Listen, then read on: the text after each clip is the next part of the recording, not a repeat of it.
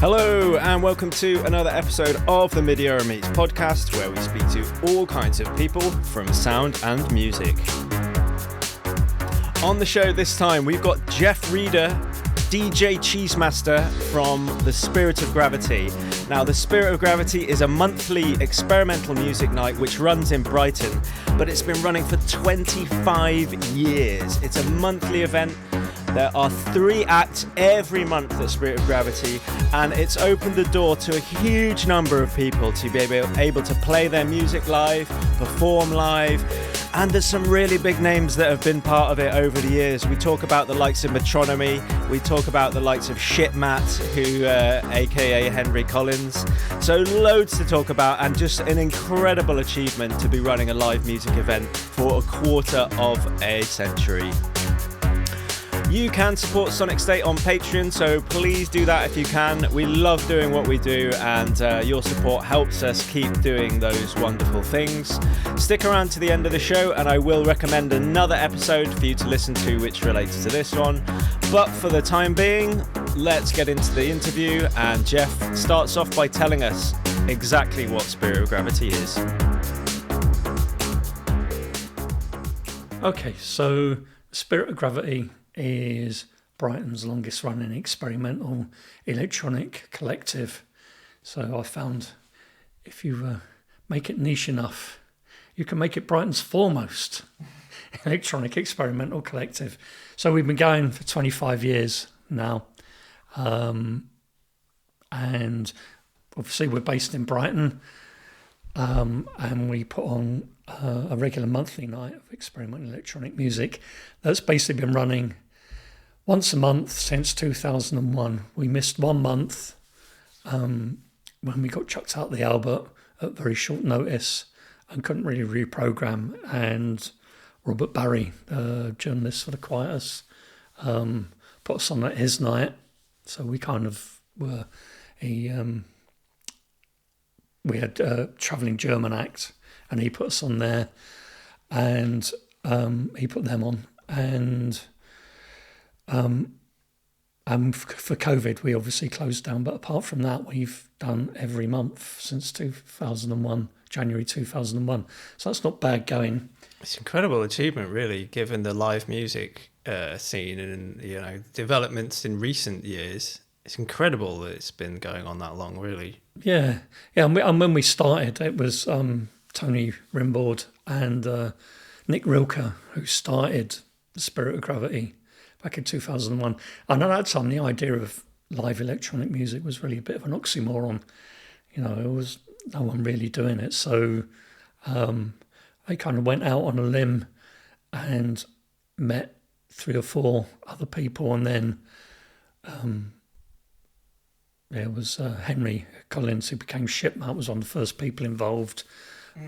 Caleb Madden, who was part of a group called Backstapple at the time, who now runs the Outlands Network, or was part of the Outlands Network. He was another early member. There was a guy called Chris Cook, who ran Spirit of Gravity in between Tony and Nick and me. And he now lives in Grenoble in the south of France. And me and 2 brothers who, I'm going to remember the name of their act in about 10 minutes. They did fantastic, really kind of light, slightly melancholy electronica. I got fairly big at the time for a while. So yeah, it was kind of, it started off with just Nick and Tony running things, and then quite quickly they decided to kind of spread the load a bit, and I think that's one of the main reasons for the longevity, is the fact it's not just me running things. At the moment there's about 10 people involved, and there's always been about 10 people involved, and it kind of rotates. People move on, go and live elsewhere, or don't have the bandwidth to do it anymore, and new people come on board. So yeah, it seems a very buoyant sort of community. Like you say, there's always people coming, going that are there to support it when you need it. So you have like sound people who do press releases, people who do the posters, things like that. You present the show. Yeah. It is. And it's really great being able to spread the load around like that. If I was doing everything, I'd be very, very stressed. I think that is one of the things when people are thinking about putting on a music night. There's a lot of weight on the shoulders of maybe one or two people if they're going to be if they're also going to be running the night as well as on the night as well as all the pre stuff. So yeah, having the collective support is amazing. And has it always been that way from the beginning? Like, what were who kind of like founded it, and what were you doing each when it first started? Well, good question. Well, as I say, it was started by Tony Rimbaud, and who was one of the Rimbaud brothers with Robin Scanner. And he was doing performance art with a poet called Nick Rilke, and they started off actually doing a Fluxus night called Something Else. It wasn't called Something Else. It was, I don't remember the name of it. And so that's where its roots are, is kind of performance art and Fluxus scripts. So they were pulling things at random out of a hat and performing them. And I had menus of things that they would base the night on. But they decided they wanted to do more kind of experimental music, particularly kind of electronic stuff. So they went out with Dan Powell, who was involved in a night called Omsk in London.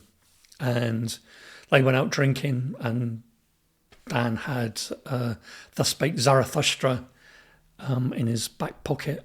When they were looking for names, it's like, I have a very pretentious book about my person we can use, and they just kind of opened it up at the page where Zarathustra comes down off the mountain and meets a spirit of gravity, who, I don't know, tries to pull one over on him, and they picked the name up from there. And for the first kind of 6 months, I think Tony and Nick did everything between them. But then they decided to get more people involved to kind of ease the pressure. Very, very quickly, it just, I was kind of DJing and doing stuff. Little Chris Cook started booking things, and, it just kind of became, more distributed, the work. Sort of quite early on. And it's so it's a monthly event. It's on 12 times a year, every first Thursday of every month. Yes. in Brighton, here in Brighton. Do you know how many there have been then? I mean, how many years has it been running now at this particular? So in January it will be our 25th birthday. 25th. Yeah. Wow. It seems like yesterday we were celebrating the 20th. Anniversary. Well, it was COVID, wasn't it? It was literally a month before COVID hit. We were down the pub going, what are we going to do for our 20th birthday celebrations? And the answer was nothing. Yeah. Nothing at all. So yeah. So January, we've got a few things planned. We're going to do a CD compilation for next year. Going to try and have another all-dayer somewhere. I'm getting some baseball hats made up. Oh, nice. I'm gonna step up the merch. Yeah. We were thinking of doing a Please Drink Heavily at the Bar mug and things like that. Yeah, there's other phrases that you say regularly which could also be on there. Yeah. Well, it's the catchphrase is just kind of, well, I compare the nights. Yeah. So Tony Rimbaud has bright orange hair, and he used to compare the nights originally, but he took a back seat for a couple of years because him and his partner adopted a child, and he didn't really have the time or effort to kind of carry on doing what he was doing. So I took over comparing. So as a little homage to Tony, I would start wearing a ginger wig. because so many people go to that night and they don't know really why that is, but I think that's part of the charm, is those kind of details, you know. Yeah, and also, you know, it could very easily be such an earnest kind of night. You know, there's a tendency towards sitting around scratching your chin, going, So to kind of deflate it a bit with the ginger wig is kind of quite nice. And also, we introduce everything, so you always know who is about to play or who has just played, because that's the way it is. Quite often, the most enjoyable act of the evening will not be the last one. You know, the running order is largely arbitrary. If we've got 3 acts that sort of, where one is ambient, one is kind of mid-tempo, and one is crazy breakcore, we will run them in that order. It doesn't matter who's the best known out of the 3. Or sometimes we run them in the reverse order. If someone's got to get off and get the train back to Southampton or something and needs to leave early, we'll start with a crazy breakcore and wind down over the course of the evening. So, it is a kind of odd thing from that perspective. You know, the people, our audience, know to turn up early, basically, because everything we do is good. You know, everyone we put on deserves to be there. There's no real kind of, you know, this is the star of the evening and everybody else is secondary. The whole thing is good and worth your time. We have an audience who come regularly, who kind of understand that. And so, 8 o'clock doors open, first act is on 8:30. Usually it's pretty full by then. And, you get a trickle of people coming in over the next half hour maybe, but mostly it kind of works. Everyone's there for the first thing because it may well be something great. Yeah, and it's so eclectic and often unexpected, isn't it? Who the audience will come to see there, the range of instruments, the range of performances. It's sort of sometimes poetry, sometimes like theatrical. Yeah. There's masks worn. There's, I remember someone with a bird cage. Yeah, that was a bird cage on Monty. stage. That was Monty Oxymoron, who's a keyboard player from The Damned. Right, really, yeah. Yeah. He turned up with a bird cage and a copper dog. That's kind of, if you've ever met Monty or seen any of his solo stuff, that's what he's like. He's just got a new album, actually. Oh right, yeah. Because I think you're so like ingrained in the kind of experimental music scene. It'd be interesting to talk about where that came from, but also just to mention, like, I think the first time I visited Spirit of Gravity, somebody was playing like a saw and a sort of a bucket of water or something, and twanging a string above the bucket. Really, it's not like a techno night. It's not like a drum and bass night. It's not like if people are imagining what this night is like. It's experimental, isn't it? Yeah, it is. We're interested in sound art. We're interested in harsh noise walls. We're interested in drones. We're interested in the complete range of things you can do with electronics, if it's processing acoustic instruments or we had some quite early kind of EAI improvisers, electroacoustic improvisation, very, very quiet things where you Brown Sierra came down and they basically put contact mics on a little tiny table and had motors running on it, so they just kind of hum. Or the manual chimes you sometimes get at Christmas things with a little handle on the side where it kind of pings. They had those, and then that would go through delays or loopers and things like that. The first woman to play at the Spirit of Gravity was Bella Emerson, who's a cellist, and she plays with loopers and effects, and does these amazingly beautiful kind of soundscapes with that. Tony and Nick, their thing was kind of electronic kind of beats and soundscapes, but with poetry over the top. Nick Rilke, there's a clue, was very much into kind of 20th century poetry. So he would say things over it. And then our compilation album we put out for the 21st, a poem in 6 parts was written by Nick, and is a kind of history of the spirit of gravity to some extent. Yeah, it's a beautiful poem. It really is amazing. I think I don't. This doesn't normally happen on my podcast, but I'm gonna edit in the recording that Sacha Di Gorgel did of that poem now, so people can listen to it. The real, imagined and mistaken history of the spirit of gravity. A poem in 6 parts. It started with Nietzsche above a pub. Robin Hood, Prince of Thieves, my fool's hand reached towards a cabinet, though not of Caligari, but more prosaic returns. Seeing into a future unfurnished by interpretation. A random book, a random page, but no commandment, no elegant adornment needed for a name. Agreed to refrain for more romantic concerns.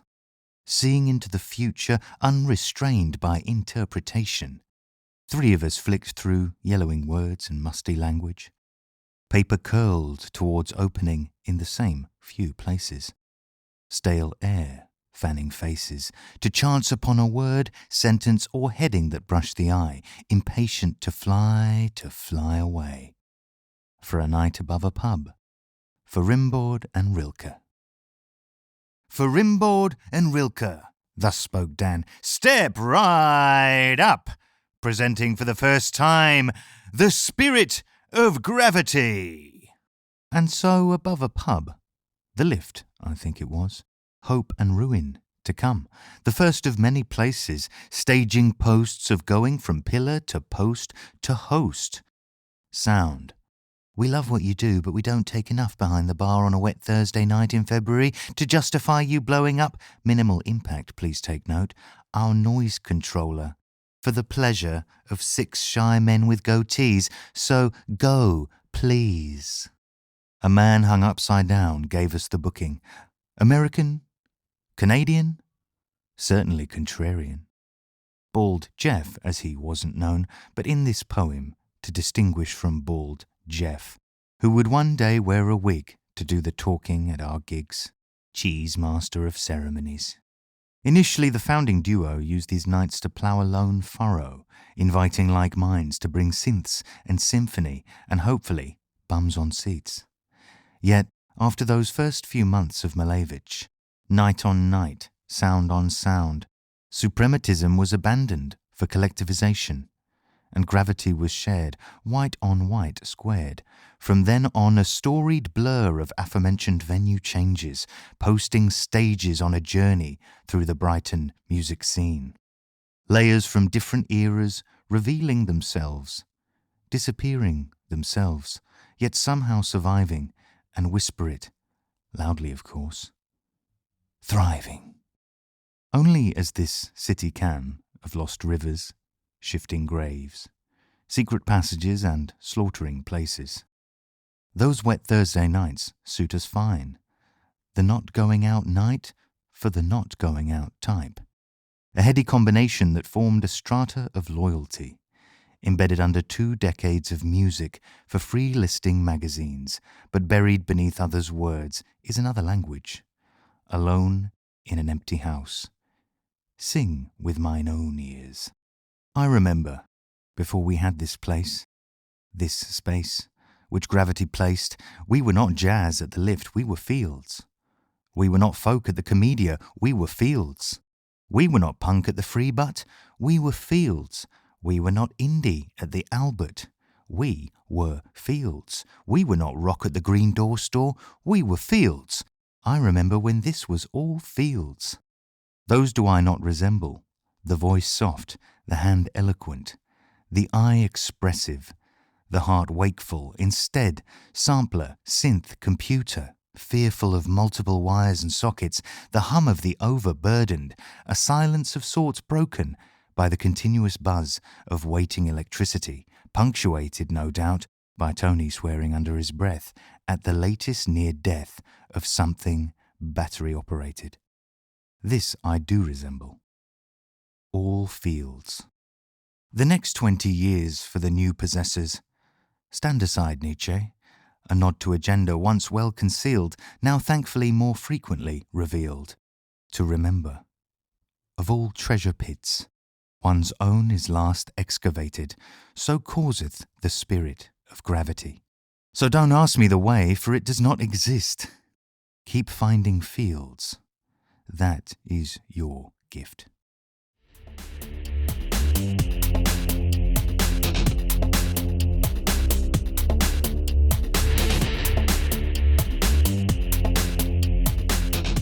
Yeah, it's such an amazing poem.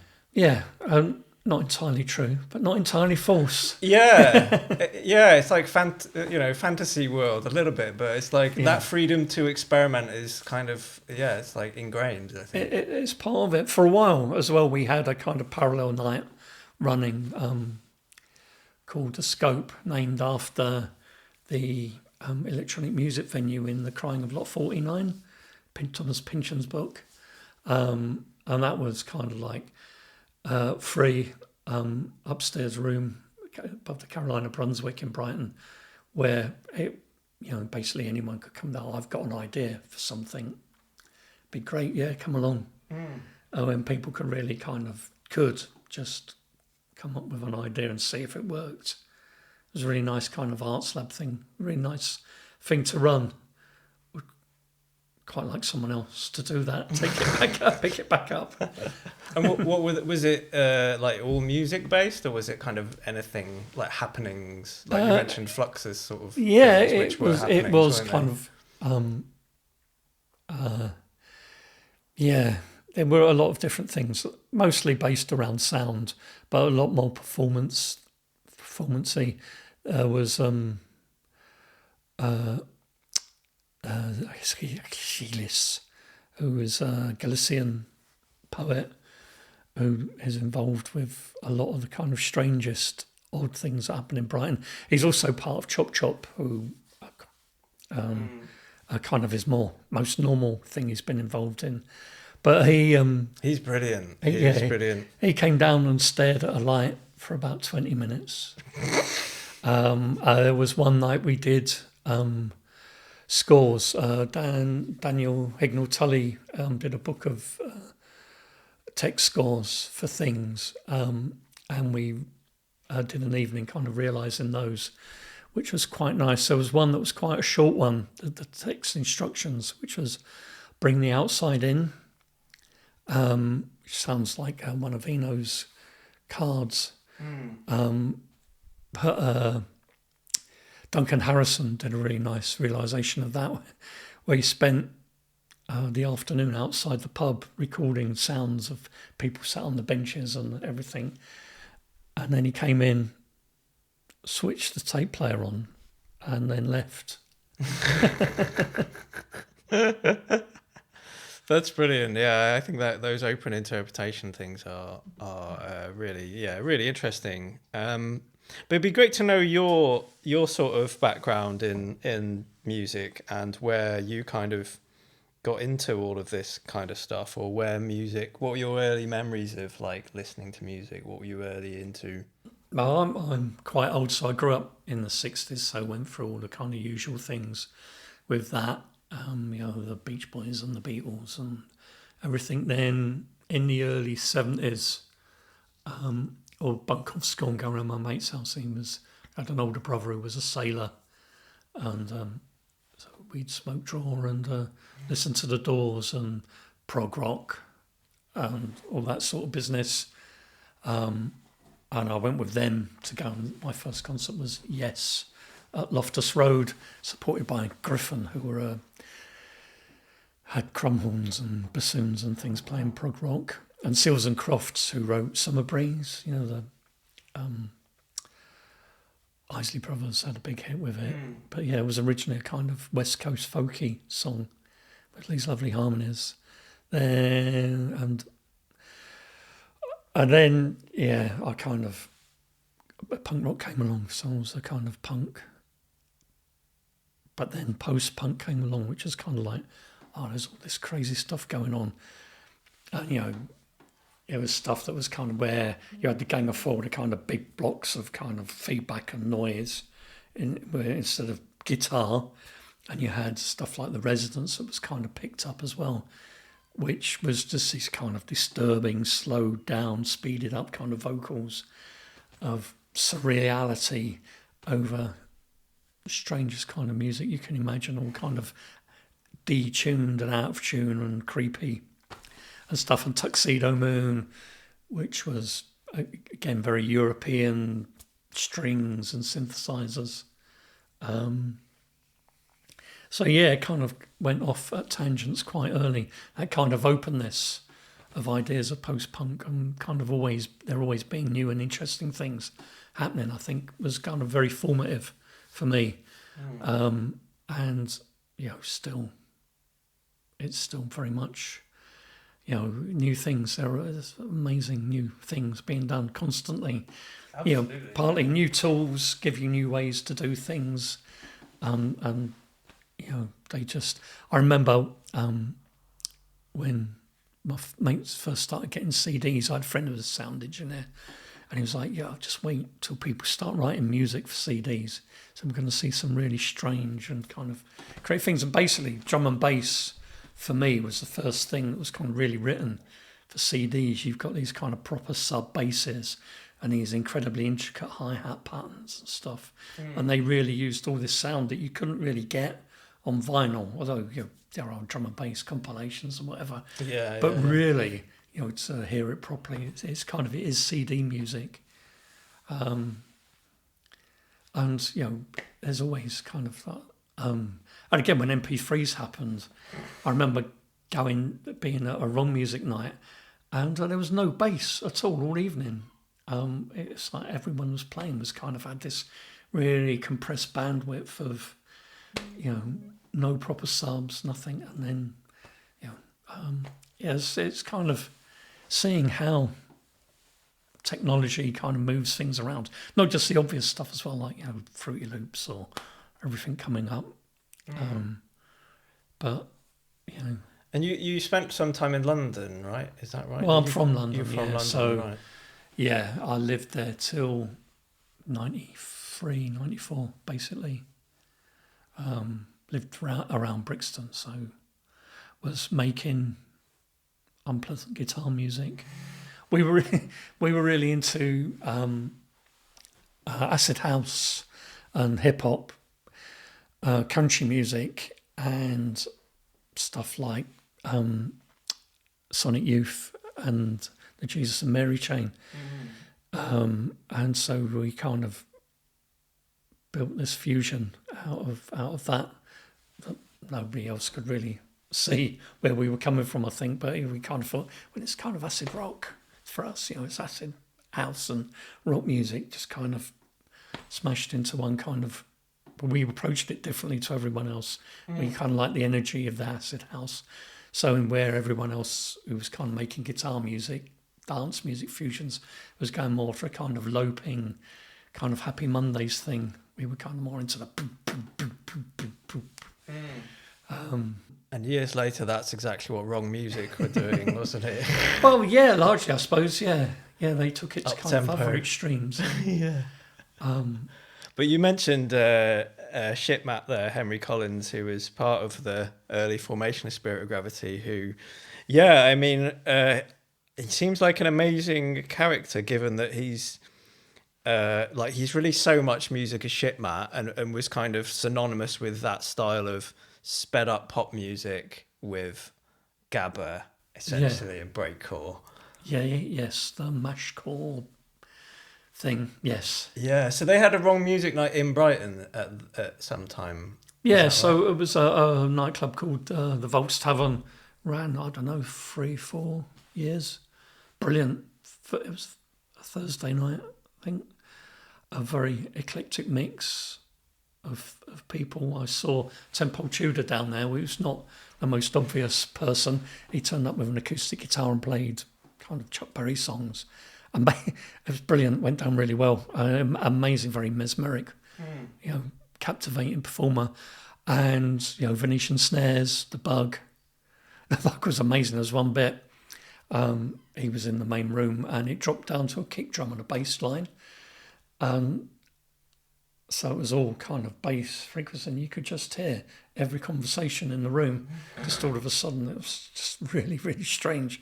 Just this kind of like boom, boom, boom, boom, and this chat, chat, chat, chat, chat, voices over the top of it. Yeah, his music's amazing. It's so gritty. So I love the Bugs music.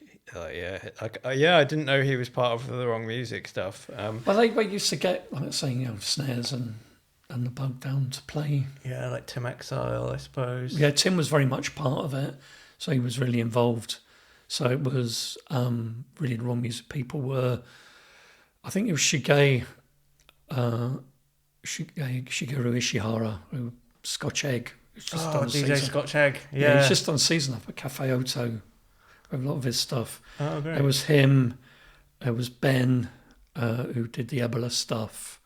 There was Tim Exile and Henry, who were the kind of mainstays on it, and Hannah, who kind of held everything together when it got chaotic. Is that Anna from Melting Vinyl? No, Hannah. Oh, Hannah. She teaches sound art down in Plymouth now. Oh, cool.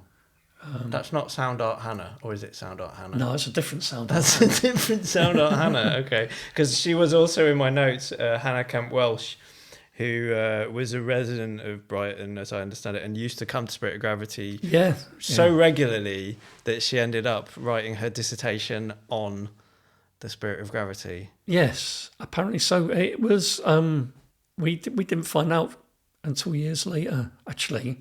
We were going through this kind of very lean patch, because you can imagine running something that's kind of fairly out there for 25 years. It kind of ebbs and flows. Sometimes it's busy at the moment. We're having a bit of a purple patch with a kind of large audience. So sometimes it can get very quiet, and it was one of the quieter periods. We found that out, and at the time, we really felt that we'd been pissing into the wind, if you like, and it's like no one cares about us. We're all, we're here, just, not having any kind of impact on anyone. It's like, someone did their dissertation on us. What? Okay. This is a big deal. Yeah. It was nice to think we'd inspired someone to kind of put some thought and effort about what we were doing into. Probably made us sound a lot more coherent than we actually feel a lot of the time. Yeah, it's hard to represent the sort of the chaos of life, isn't it, accurately? It's like trying to paint a DMT trip. It's basically impossible. That's the first time I think we've ever been compared to that, but yes. But Hannah's a really amazing sound artist. I did actually interview her years ago. She's really talented. She's still going doing her thing. Yeah, she's involved at the Tate, isn't she? I think Tate Modern. Yeah, she does a lot of great sort of community projects. Really amazing, worth checking out if you haven't. Shitmat. Shitmat's been on TV showing his crisp collection. Yeah, apparently he's moving it on. So if there's anybody who wants them, really, his crisp packet 5,000 packets of empty crisps. And he's also didn't he release a book of drawings of EastEnders characters or something? Yes, he did blindfold drawings of EastEnders characters. Blindfolded? Yeah. No way. Yeah, that's probably still available on. I think it was Amazon. I guess it might have been a Lulu print on demand thing, but I think it was through Amazon. Yeah. Henry is one of life's great talents. He's just one of these people that they're just really good at stuff. Really, really good at stuff. And Henry's got an idea. Generally, he says, "Oh, I've got an idea for something. Can I come down and do it?" I think it confuses some of the newer members of the collective, but we tend to just say yes and then find out what it is when he turns up. Can be, he came down. So there's a larger venue in Brighton called the Dome, and about 10 years ago they asked us to curate a night as part of a kind of season they were doing. And Henry came down for that, which was one of the first rummaging nights, one of the first rummaging shows he did, which was basically a contact mic'd big metal tray full of things that he would rummage around in and make this sound. But there's a manifesto for it that I've only seen once. I couldn't find it again when I was looking for it. But there's a whole kind of theoretical basis for this kind of rummaging that it was just brilliant. Yeah, and it sounds like just nonsense, but it was captivating and oddly kind of musical. Exactly, because there was a thing called the Fort Process, which is just down the road from Brighton. There's a place called New Haven, and there's a fort on the seafront there. And I remember seeing Henry do like one of these performances, and it was him and another guy, and they're basically in and out of a wheelie bin with cymbals, like drum cymbals flying around everywhere, and just creating a scene in a room, and it was so captivating and fun. Like I'd never seen anything like it, and there was sound going on throughout. Obviously, it's like shitloads of banging and stuff happening. Like a force of nature. He is very much so. We put the American guitarist Eugene Chadbourne on, even though it's not even remotely electronic, but definitely very experimental. And Henry did a thing called Slash's Wormhole for that as a support. He had a number of different things, one of which was a hurdy-gurdy that he'd made with a bass guitar on an exercise bike. Yeah. Amazing, yeah. I mean, in terms of the people who've played at Spirit of Gravity, so if there's one every month for 25, coming on 25 years, that's 25 times 12, so it's like 250. There's a lot of people that have played. Obviously, people have played multiple times as well. But you have had like the likes of Metronomy play back in the day. We Joe did his last solo set for us before Metronomy became a band. And on that night I bought the last copy of the first press of the Pit Pain CD with a kind of cardboard cloth covered cover. Wow. So brilliant. Getting someone who was influenced by the Residents, I think, at that early stage, to kind of weigh his keyboard parts.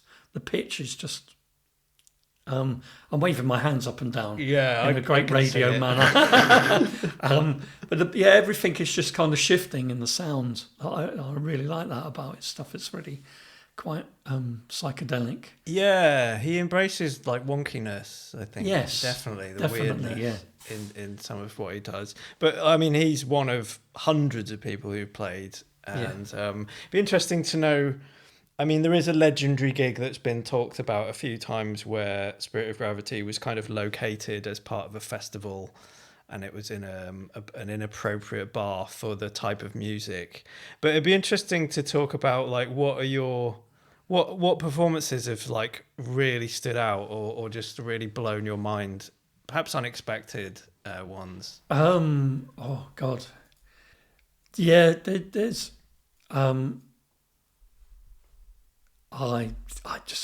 my mind always goes blank when I think of this. It's like who to single out. In recent times there was Automouse with the blinking eye kind of TV thing on the front of her head and the kind of crazy, noisy dancehall kind of stuff. It's really full throttle, very distorted stuff. Really worth checking out Automouse's music. It's wild. Chaotic. On a similar line, Dangsha is great as well. He plays the PA as much as anything.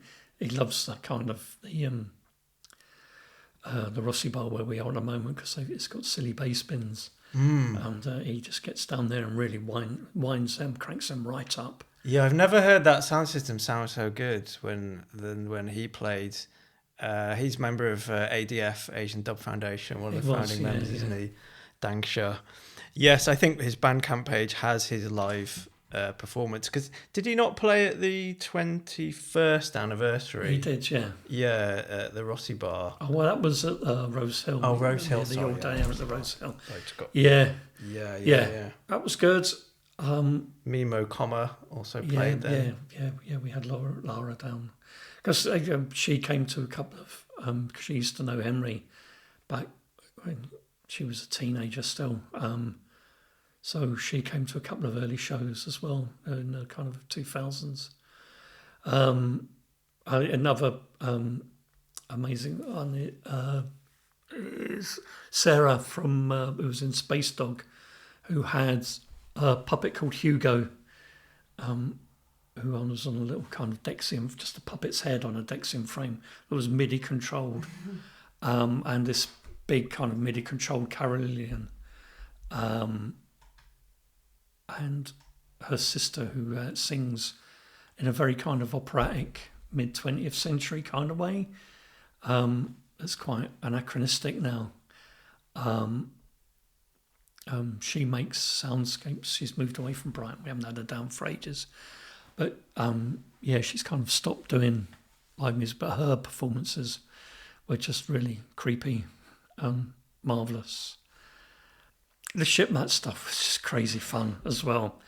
There was one where he had Dan Powell dressed in a nappy, wearing a Fonz mask, which may only mean something to the kind of older audience members.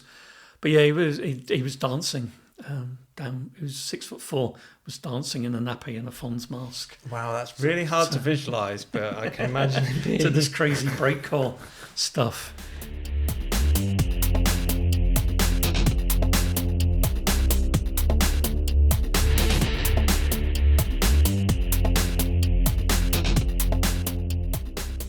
And there was a wonderful thing which happened between the acts as well, which when I first started going to Spirit of Gravity really caught my eye, was the electro crash.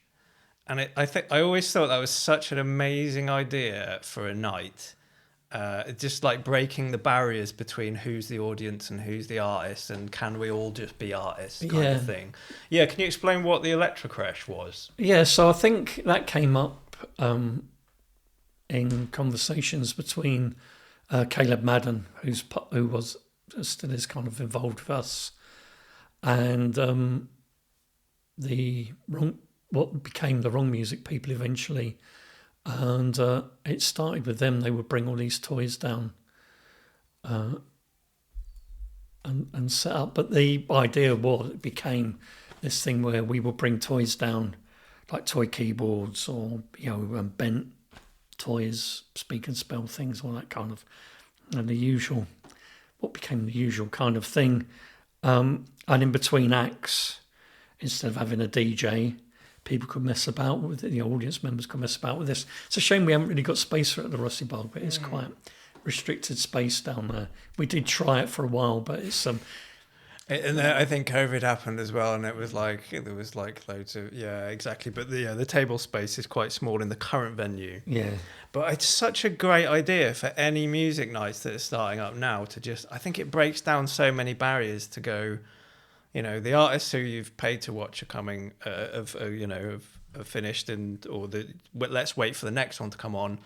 Here's some toys to just mess around with and play with, and sometimes you'd be sipping a pint and go, who's doing that? It sounds great, You'd get like the next month's artist appearing. Yeah. No, it's great. We had Asmus Tietchens, who's a German composer who played with Tangerine Dream and some other people. He came and played when we were at the Green Door store, and he loved it. He actually he did his own set, but he also was just, you couldn't get him off the electric crush. He was just there, kind of engrossed in it. We recorded that as well. I've got like, oh wow, and it sounds like Asmus. Just all of it, everything he does sounds like him.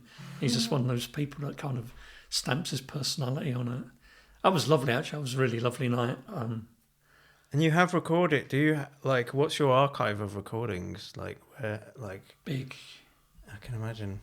Yeah, we were thinking at one stage of kind of uploading them all to archive.org. But it's just, someone needs to do it. It's just kind of, I think Dan started and really realised quite quickly he'd be spending most of his life doing it if he was going to actually do it. Yeah. You do have like a YouTube channel and things like that. People can watch some of the performances. Yeah. For the last few years, we've got like quite nice high quality videos of entire sets.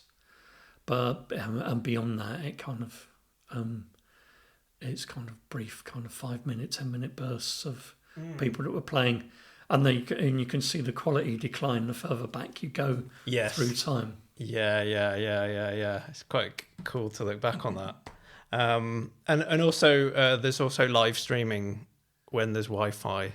Yeah, we haven't done live streaming shows for a little while because problems with the Wi-Fi, and Mel is now doing the visuals on a regular basis. So yeah, we should perhaps talk about her music, which I heard very recently on Six Music in the morning. Stuart McConey and the Radmac show.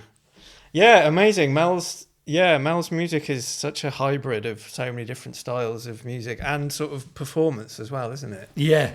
So on some levels it's a kind of odd fit because the framework she builds, what she does around it, is kind of modern R&B pop thing. But even paying a kind of fairly cursory bit of attention to it, you soon realise that it's the product of a very kind of singular personality. She has a very interesting perspective on things. A sound palette. Well, modern R&B is really kind of got a really interesting sound palette anyway, and she picks up and runs with that. But the kind of subject matter is disturbing, hilarious, depending on your mood. Yeah, often about the workplace, isn't it? About the drudgery and the backstabbery and the bullshit. Yeah, very much. I mean, there's not many people would call an album HR. Yeah. And perform.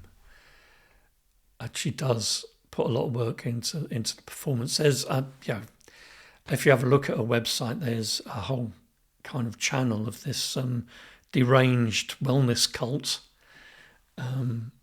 The Mystics organisation, which is very, very disturbing, and then there's kind of the more obvious kind of promotional kind of video clips and stuff on. But yeah, you can spend hours kind of just getting drawn into this kind of very strange world that she's constructed. That's it's very elaborate and it's taken her kind of ages to kind of build up. Yeah, it's a really unique thing, and I think it's a great example of what the Spirit of Gravity can offer to anyone who's going in. Like you say, there's always 3 acts that play. There's always like a beginning, middle, and an end act, regardless of their high profile, where they are. And you can see something really well polished and well articulated and well put together, like Mel Duran's work. But equally, you can see someone playing with some springs for 20 minutes and looking at a light bulb. Yeah. Oh God, I can't remember if we ever put them on. There used to be a duo in Brighton that did a kind of thing based around feedback loops that had drums, light bulbs, and transducers. So the drums would have transducers on that would feed the light bulbs, and then there were transducers from those that would make sound. which would then feed back into the light, which would affect what the drummer did, and they were kind of just these kind of human and electronic feedback loops of just absolutely craziness, absolutely. And they perform in the dark, obviously, because it looked much better in the dark, and it was very dangerous as well. Laura White, who was the electronics, we'd kind of build our own stuff. You know, it was all kind of handmade things, and quite often things would be, I haven't finished built with the case for this yet, so be careful with that. As you know, it's a mains transformer. High voltage. Yeah. Of course, it was all perfectly well risk assessed, and we kept the audience well away. Absolutely. Not even remotely dangerous. Everything was pat tested prior to the performance. But yeah, kind of brilliant people like that, kind of making their own stuff. People turning up with expensive synthesizers that they bought, and all kind of, you know, all stations in between. It is that. As I think, you know, there's a lot of people in the audience who are into the how it's done. It's the sound, an experience is one thing, but also like watching someone in the dark play. You know, the intrigue of like how did they do that, or what were they doing then, is great. And you can at the night just go and walk up and see what's there and ask them maybe. Yeah, no, it is. People, you know, generally really happy to kind of explain what's going on. Yeah, we had Ceres down a couple of weeks ago. He's doing a set with two reverb units and a drum machine. And at the end, people go, oh, you've not got much kit then. What on earth were you doing? How were you doing that? It's kind of like really interesting, kind of, again, another feedback system. Yeah. But not in a kind of feedback way. It's kind of, you know, the way pulses and kind of stuff build when you're plugging them back into themselves. Yeah. Although there is, I'm sure you do have you've had the odd person who's doing the no input mixer stuff. Yeah, we put on Toshimaru Nakamura. Yeah. Oh God, was that before? I can't remember whether it was before or after lockdown, but that was kind of obviously quite a big deal. Very exciting for us. We've got Toshi coming. Oh my God. It must have been post-COVID because we were at the Rossi Bar, and the Rossi Bar was too small to put him on. And what other sort of familiar names might the audience be familiar with who've played there? I thought of some on the way down, unexpected ones, but it's all gone now. You know, the kind of most obvious person that kind of went on to do well was Joe with Metronomy. The only person certainly that's been nominated for an award that we've ever had down and play. Yeah, we had Gagarin, who was part of Perubu. Oh, well, David Thomas, actually. David Thomas came and played a set with Gagarin, just a duo. So that was a really lovely thing. So, yeah, in terms of kind of cultural standing, he's probably the biggest person, singer from Perubu.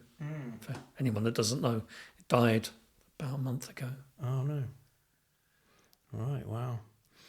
And you also do, so you have a gravitational pull, which is kind of like the newsletter, which goes out, and you do a radio show on Resonance FM as well, which is called Gravity Waves in the Spirit World. Yes. Which I'll link to so people can listen to those. But I wanted to ask you about the gig reviews. Like, how long have you been doing those gig reviews of the previous month? Well, I started doing them quite early on, so maybe 2002, 2003. They started doing the newsletter. And I said, I'd quite like to write up about it. It was actually when the first one was when Brown Sierra played. We were at the Free Bar, which was a great venue in Brighton, which is now been closed and empty for 15 years. Shocking waste of space.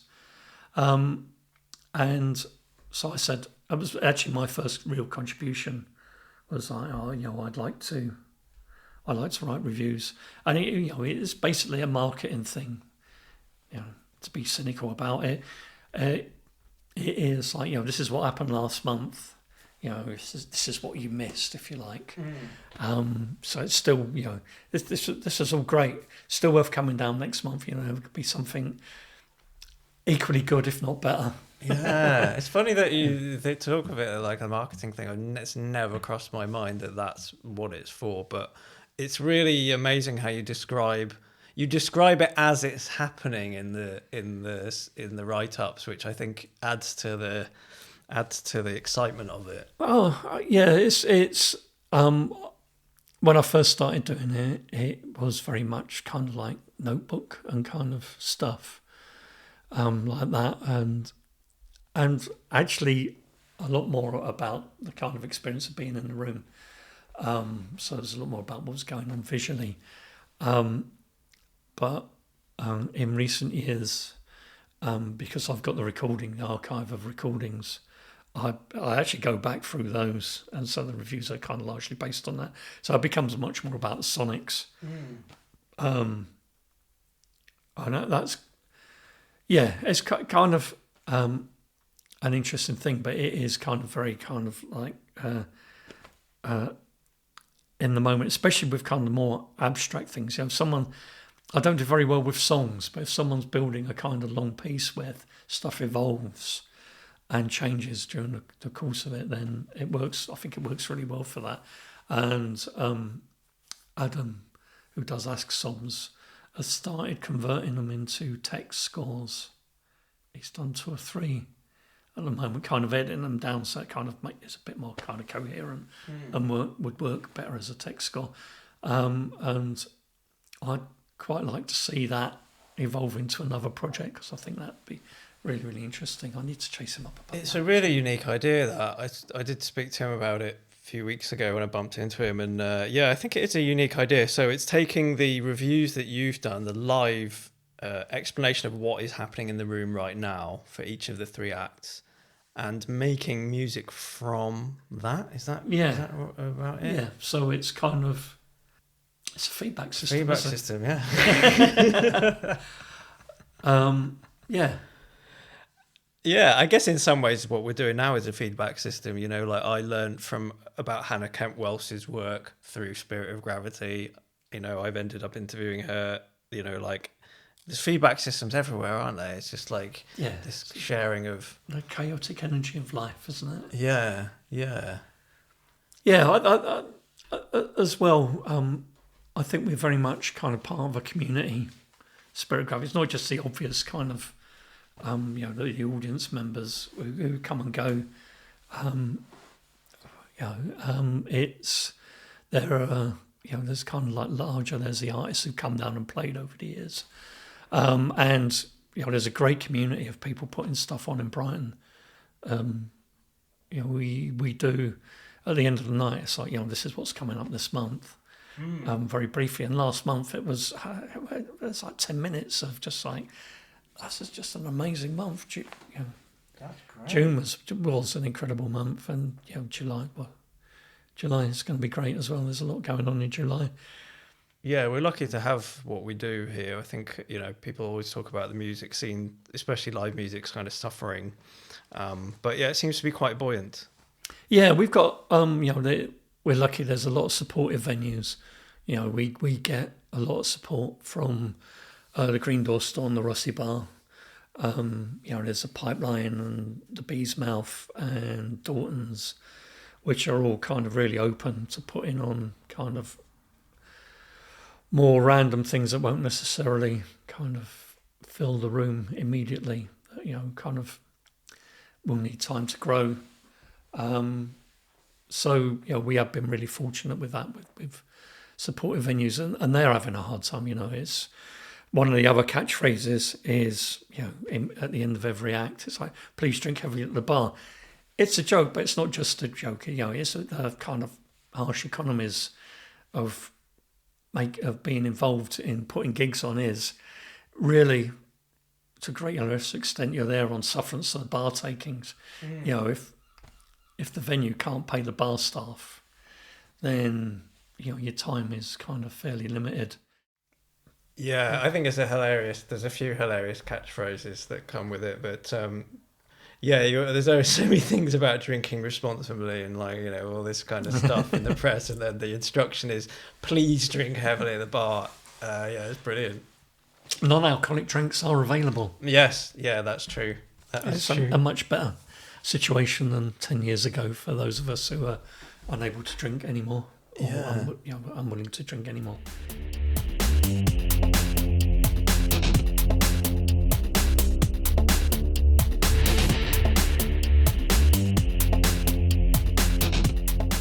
And it's still only £5 on the door for 3 acts of music, and all the whatever chit chat and hanging out and merch there is available to buy as well. Yeah, it's good. We have an older audience who traditionally have. We tend to have an older audience who traditionally have a bit more kind of disposable income, but a lot of the artists and the community that we're embedded in is people who are skint. A lot of people making music work in the caring professions, which are notoriously badly paid. And so we kind of, it's been £5 for 15 years. It's good because it means, we take cash only, we don't have a thing, but it's a round number, we don't have to deal with change. And we've got a great deal with the Rossi Bars. I say they're very supportive. So it gives us enough so that we can pay everyone a kind of reasonable whack who comes and plays, which is great place to be. And really good turnout. There's been times I've been there where I've kind of been looking at the stage and then when the act's finished, look to my left, and there's just tons of people in this tiny little room. It's quite amazing how many people you can get in that room. It is. It's nice. It's really nice at the moment. This year has been like the best ever, really, for us. And it's great to have an audience, and as well, an audience understands what's going on. We'll be appreciative of kind of all of the idiosyncrasies and bizarre things that we kind of thrust at them. The guy turned up in the dressing gown. Were you there for that? Played jazz guitar. It does ring a bell. And crazy things. 2 synthesizers and jazz guitar, wearing a dressing gown. It was that, and Marina's come down and played the kind of viola stuff, that beautiful music that she makes, and Exile, I always remember her playing. Is that how you say it? Exile. Xylitol. I say it's xylitol, but I have no idea. You've made me doubt myself now. I don't know. Yeah, no, it's not. I'm always pronouncing things wrong. But another Planet Mu artist who's. We've known Catherine for a long time. She's played 3 or 4 times under the same name, but always a kind of evolving. There was one. I think that's the first time I ever saw a pocket operator. Was when she was playing. I was like, what is that tiny thing that sounds so good? And 2 weeks later, I owned one. Yeah. And there's also this. It's kind of like we've talked about all the kind of funny and weird acts, but there are also people genuinely sort of, like masters, PhD level people playing, aren't there? With like things they've worked on for years, or really high level stuff. Yeah, we had it was a quartet. I can't remember what they were called, but it was Thor Magnusson who at the time was based at Sussex University, Alice Eldridge, and a Greek double bass player, and I think there was a cellist. No, Alice plays cello. A violin player as well. I can't remember who that was. And that was kind of very serious, kind of, I was saying, chin strokey stuff. We've had people done up with kind of generative kind of AI things, and arranged for someone else who came to mind, and it's gone. It's all evaporated. That's why I sit here with a notebook, because my brain just forgets things, so I can just quickly note things down. But yeah, really huge contrast of people, and I think it's great that you've created this safe space for people to perform what they want to perform. Yeah, it's got. I mean, it's got to fit our aesthetic somewhere. You mentioned polished music earlier on, and there are people that send us kind of polished 21st century dance music, and that doesn't necessarily kind of float our boat. There's got to be a reason for it. If you like, if you're doing that sort of thing, is it an interesting process or something like that? If it's so, there is still kind of, I forget where this started. I've kind of gone off track, but there is a kind of definitely, if not an obvious aesthetic, there is still an aesthetic to what we want to put on. It is a very broad church of our interests, but there are limits to it. Even so, we there are kind of occasional things where we kind of veer close to kind of free improv. You mentioned Monty and the Copper Dog and Birdcage earlier. Generally, if it is too dry, not electronic,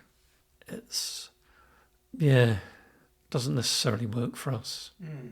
And I think just sort of turning up with a laptop and pressing play is exactly not the thing to. It depends. It depends on the outcome, because you can't always tell whether that's what people are going to do. Obviously, if they're making something that's really interesting. And again, we've kind of some generative stuff. It is kind of letting it kind of take its time. We had John Moore come down, who's very much a laptop sound artist.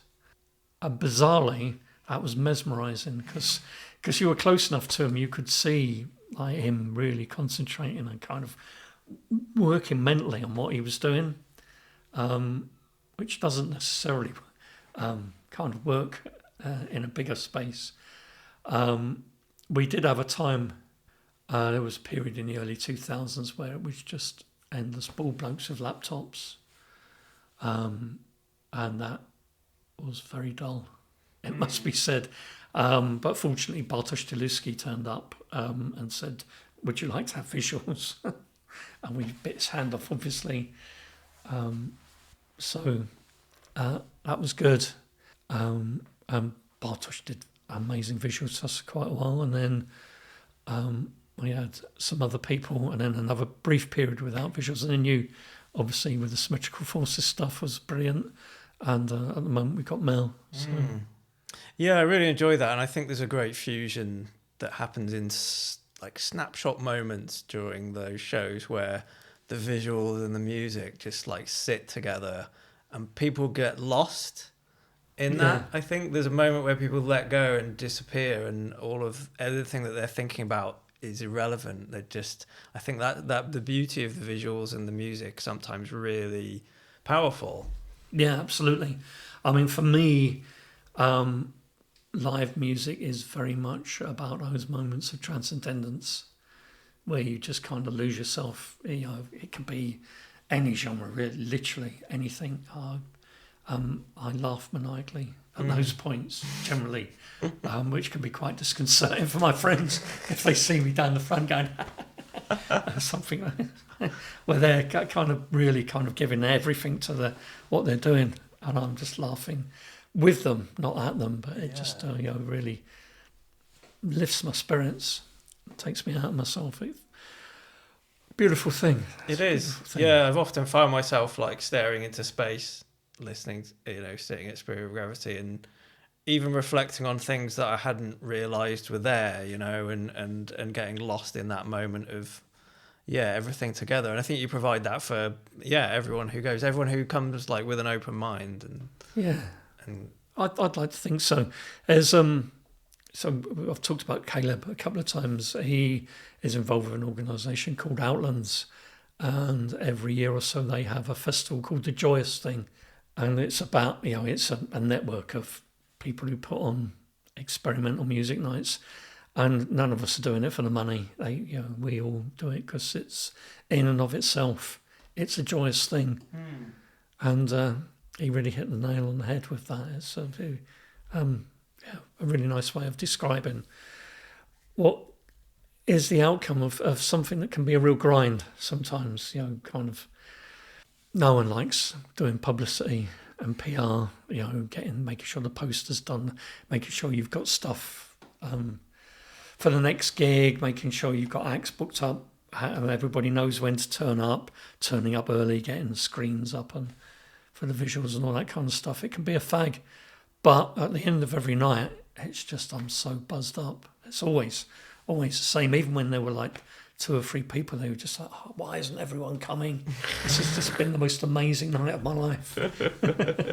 Yeah, it's like an exclusive thing, really. It's welcoming, but like, yeah, I think it pulls in such a great crowd, and it's such an amazing thing that's part of the heritage of the city. And yeah, has it been recognised? How do you think the night's been recognised locally? We've been around long enough. We've had, I mentioned we were asked to curate a night at the Dome, which was really lovely. That was a really nice thing to do. I've done a couple of talks. There's Jack Hutchcraft, who runs a night called Sound Effects of talks. He's a journalist and filmmaker, and I've done a talk about the spirit of gravity for him. Oh wow, that's at the East Street Tap. Yeah, is it? Yeah. So that was quite a nice night. Amanda Sawyer, me, and I can't remember his name. A guy who's written a Marxist history of pop music. So that was a nice old mix of people. And there's another local talking night called the Catalyst Club, and I've done a talk for them as well. And we're involved. We just get involved in quite a lot of kind of local community things. There's the eco-musicology project up at Stammer Park, where we got a plot of land that is going to be used for kind of sound art installations, eco-musicology, general kind of out in the country weirdness. There's the thought process events that you mentioned, which are these vast sound art events, about 150 artists. They're amazing. Sculpture was there. Something really proud of having pulled off. Yeah, they were amazing.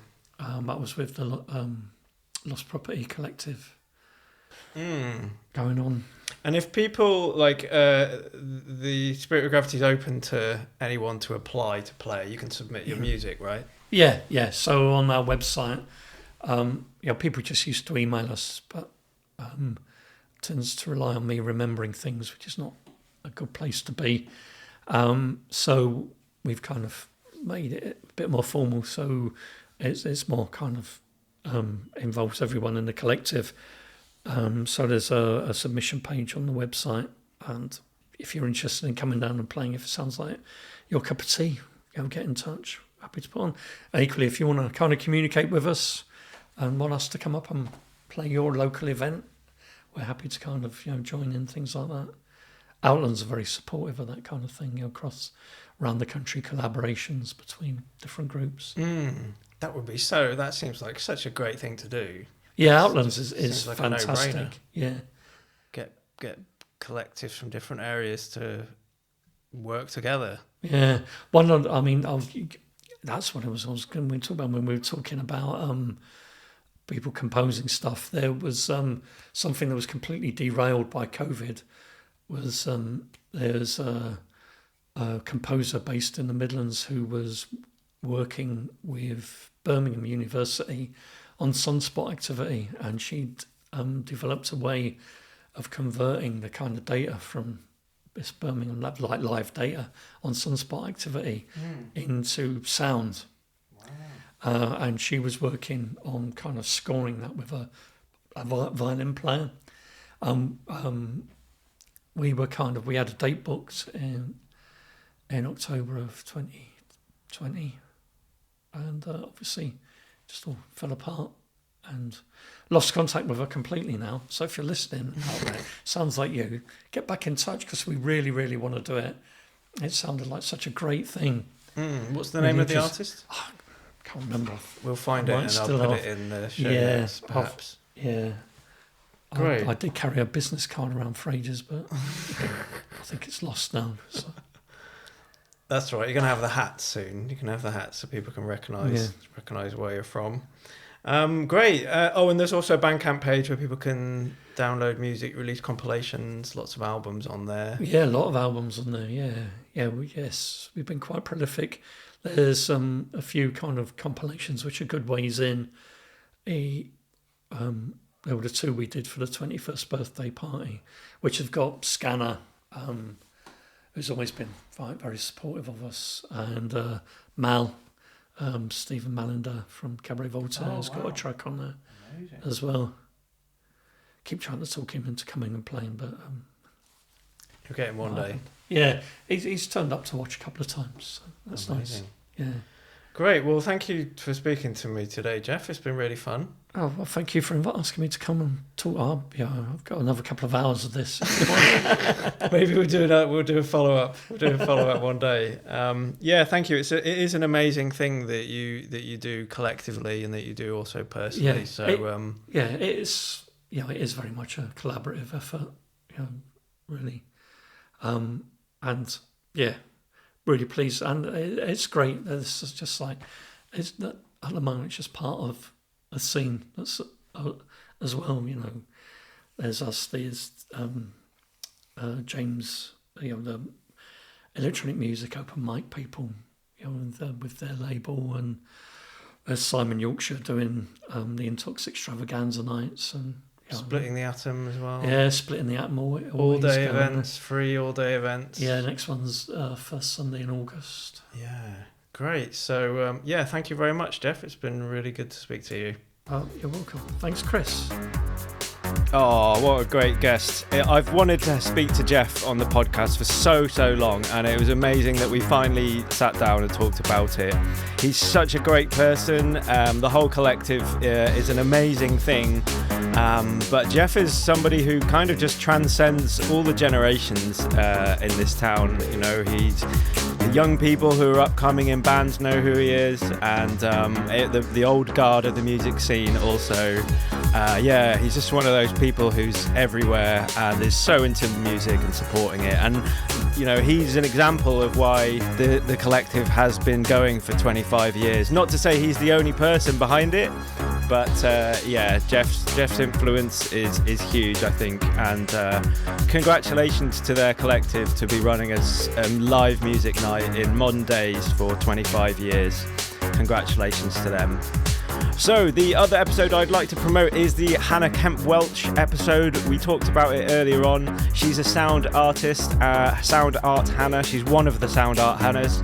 So go check out that episode. It's really, really good. She also works with a lot of anti-nuclear protesting, which is also really, really admirable. So go check that out. Please support Sonic State on Patreon if you can. We really appreciate it. We love doing this stuff and we appreciate your support. Thanks for listening. See you again soon.